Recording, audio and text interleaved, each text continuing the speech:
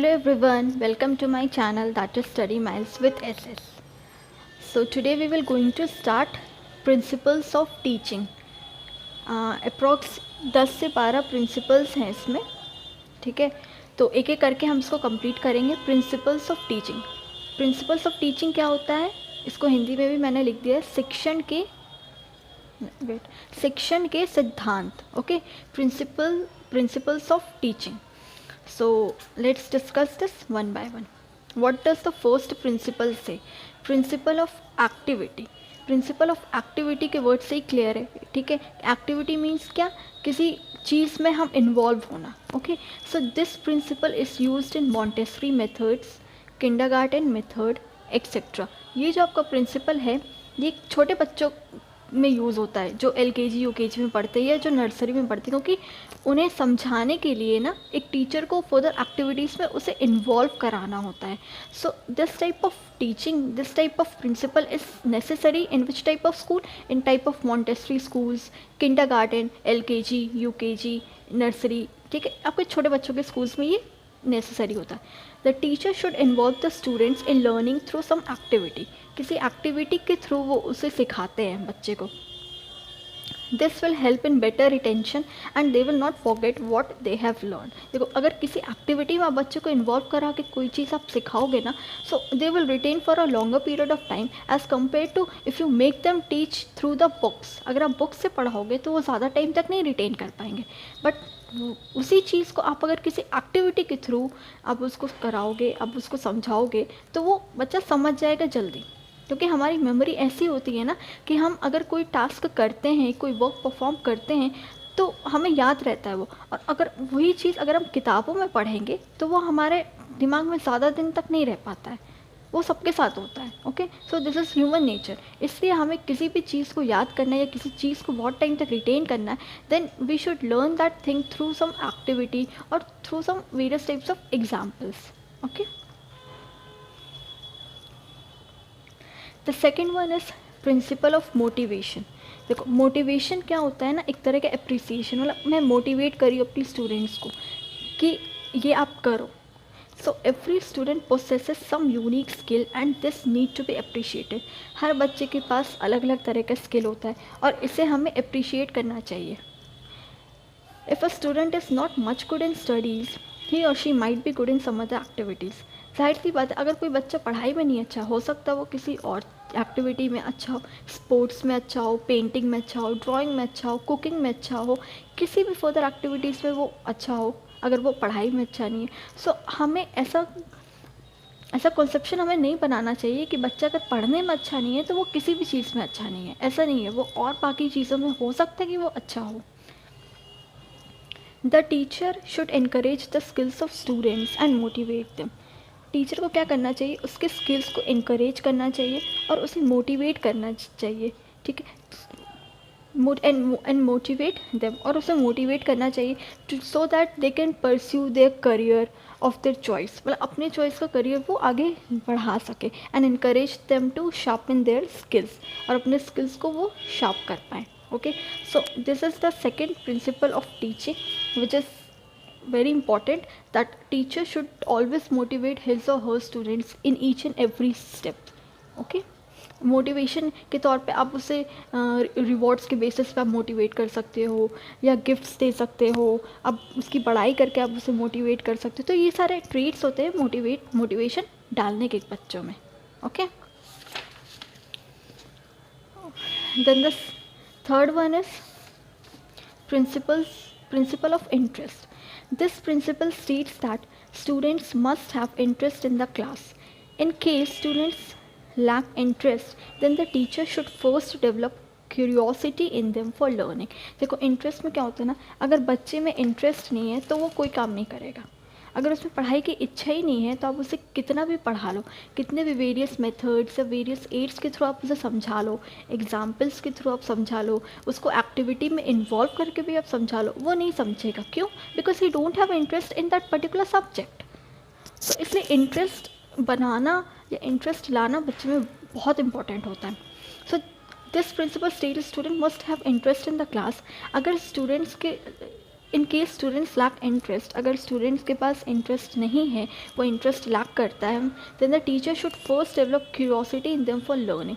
सो students को क्या, उसके टीचर को क्या, उस स्टूडेंट के अंदर क्यूरियोसिटी जगानी चाहिए। क्यूरियोसिटी का एग्जैक्ट हिंदी होता है मतलब अंदर में इच्छा जगानी चाहिए एक टीचर को उस बच्चे में, उस सब्जेक्ट या उस टॉपिक के प्रति जो उस जिसमें उसका बिल्कुल भी इंटरेस्ट नहीं है। ये mainly it can be done by telling how they will be able to use the new information in real life, or by giving various types of examples through their practical examples, life related examples आप दे सकते हो, real life examples आप दे सकते हो। इन सब के through आप बच्चों में इंटरेस्ट जगा सकते हो। And the fourth is principle of linking with life. The teacher should relate theoretical knowledge with practical knowledge with practical examples from real life, by the students will learn at a faster pace. Linking with life का मतलब कि अपने personal experience के through आप बच्चे को समझाओ। कोई टॉपिक आप समझा रहे हो तो अपने पर्सनल एक्सपीरियंस के थ्रू या अपने प्रैक्टिकल एग्जाम्पल्स के थ्रू बच्चे को समझाओ। उससे क्या होगा ना, बच्चों में इंटरेस्ट आएगा, क्योंकि बच्चे को ना दूसरे की स्टोरी जानने में बहुत मज़ा आता है। मतलब एक स्टोरी के बेसिस पर अगर बच्चों को समझाया जाए तो वो उतने इंटरेस्ट के साथ सुनेगा ही सुनेगा। क्योंकि स्टोरी ऐसी चीज़ है, हम छोटे बच्चे को क्यों बोलते हैं कि जब सुलाते वक्त हम उसे क्यों कहानी सुलाते हैं, या कोई चीज़ या कभी खाना खिलाना रहता तो हमें स्टोरी बना के खाना खिलाते क्यों? क्योंकि बच्चों को स्टोरी बहुत पसंद आती है, वो स्टोरी का रूप लेके वो बहुत सारी चीज़ें कर लेते हैं। सो अगर बच्चे को कोई चीज़ नहीं समझ में आ रही है तो हम उसे रियल लाइफ एग्जाम्पल के थ्रू भी समझा सकते हैं। Fifth is principle of revision. To retain knowledge, revision is compulsory. Students should revise at home what they have covered in class. See, in the previous page I have discussed this principle of revision से, क्योंकि ये human की tendency होती है, it is human tendency to forget whatever we read even within a few days. कुछ दिन में हम भूल जाते हैं कि हमने क्या पढ़ा। So in order to retain knowledge, revision is compulsory. Knowledge को रिटेन करना, अपने दिमाग में सेट करना, स्टोर करना, रिवीजन क्या है, ज़रूरी। Students should revise at home what they have covered in class. जो उन्हें स्कूल में पढ़ाया गया है या कॉलेज में पढ़ाया गया वो उन्हें रिवाइज करना चाहिए घर पे, ओके? तभी वो बहुत टाइम तक रिटेन कर पाएंगे।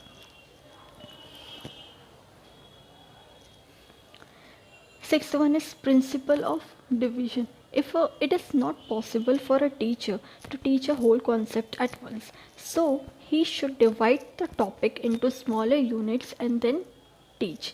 देखो डिवीजन क्या होता है ना, कोई भी टीचर एक बार में आपको पूरा एक टॉपिक नहीं पढ़ाता है, वो पार्ट्स में डिवाइड कर देता है। चैप्टर को वो कुछ कुछ पार्ट्स में या कुछ कुछ टॉपिक्स में वो डिवाइड कर देता है और फिर वो समझाता है। इससे क्या होता है ना, इससे दो चीज़ होती है, एक तो वर्कलोड कम होता है स्टूडेंट्स पे समझने का, एंड सेकंड कि टीचर के पास भी टाइम रहता है कि वो उस चीज़ को बहुत अच्छे एग्जाम्पल्स के थ्रू या रियल लाइफ एक्सपीरियंस के थ्रू वो उसे समझा पाए बच्चे को, ओके? सो डिवीजन भी उतना ही नेसेसरी होता है जितना रिवीजन। रिवाइज आप करोगे ताकि आप भूलो ना, और डिवीजन इसलिए होता है ताकि आप एक पर्टिकुलर टॉपिक एक आप अच्छे से समझो। लाइक फॉर एग्जांपल मेरे प्रिंसिपल्स ऑफ टीचिंग में मैंने पहले ही बोला था कि इसमें 10 से 12 टॉपिक है। अगर हम चाहें तो एक दिन में आपको कंप्लीट कराते हैं, बट नहीं, क्योंकि मेरा इंटेंशन सिर्फ कंप्लीट कराना नहीं है, सिलेबस कंप्लीट कराना is not my intention, is not my only intention. My intention is to make you guys clear, crystal clear होना चाहिए एक एक टॉपिक का, क्योंकि एनटीए कहीं से भी कुछ भी पूछ देता है। सो इसलिए आपको उस टॉपिक की जड़ तक जाना है, डेप्थ तक आपको उस टॉपिक को पढ़ना है कि टॉपिक क्या कह रहा है, क्या नहीं कह रहा है। सिर्फ हवा में एक टॉपिक कंप्लीट करना, सिलेबस कंप्लीट करना नहीं होता है, टॉपिक को एकदम माइन्यूटली आपको टॉपिक को कवर करना होता है, क्योंकि because in the future you are going to become a teacher, and if you don't know the depth of that topic, आप सडनली आप स्टूडेंट्स को नहीं पढ़ा पाओगे, ओके? तो स्टूडेंट्स को पढ़ाने के लिए आपको वो चीज़ बहुत डेप्थ में पढ़ना ज़रूरी है, इसलिए एनटीए एग्ज़ाम कंडक्ट कराता है, ओके? और एनटीए क्या पूछते ना, वो एनटीए को भी नहीं पता रहता है, सच बोले, क्योंकि एनटीए कुछ भी पूछ सकता है। अभी दिसंबर 2019 का क्वेश्चन पेपर उठा के देखना, ऐसे ऐसे क्वेश्चंस पूछा था, पता नहीं कहाँ कहाँ से लाया था। कॉमर्स का पेपर एकदम होश उड़ा दिया था। सो इसलिए ना आप कोई भी टॉपिक करो तो प्लीज़ ये सोच के करो कि आपको वो पढ़ाना है, ये सोच के नहीं करो कि आपको खुद पढ़ना है। Okay, you have to study a particular topic because you have to teach to your students in future. Okay, ये दिमाग में सेट करके मत चलो कि सिर्फ एग्ज़ाम निकालने के लिए मैं ये टॉपिक पढ़ रही हूँ या पढ़ रहा हूँ। ये टॉपिक आपके लाइफ टाइम में काम आएगा। आप टीचर बनोगे तो टीचिंग एप्टीट्यूड हमेशा काम आएगा। सो कोई भी टॉपिक आप पढ़ो, आप ये सोच के पढ़ो कि मुझे भी ये टॉपिक अपने स्टूडेंट्स को कैरी फॉरवर्ड करना है, उन्हें भी ये पढ़ाना है। सो मैं उस ढंग से पढूँ ताकि जो मुझे आ पाए मैं उन्हें इम्पार्ट कर सकूँ। ओके, क्योंकि टीचर का काम क्या होता है? टीचर का काम होता है नॉलेज को इम्पार्ट करना। जब वो वही काम नहीं कर पाएगा then it will be of no use to become a good teacher. So 6 points हो गए आज। Rest of the points next lecture में करेंगे। ओके, तब तक कोई अगर दिक्कत होगा तो पूछ लीजिएगा। तो till then bye, take care and please subscribe my channel and like and please do share it also with your friends. Okay, bye.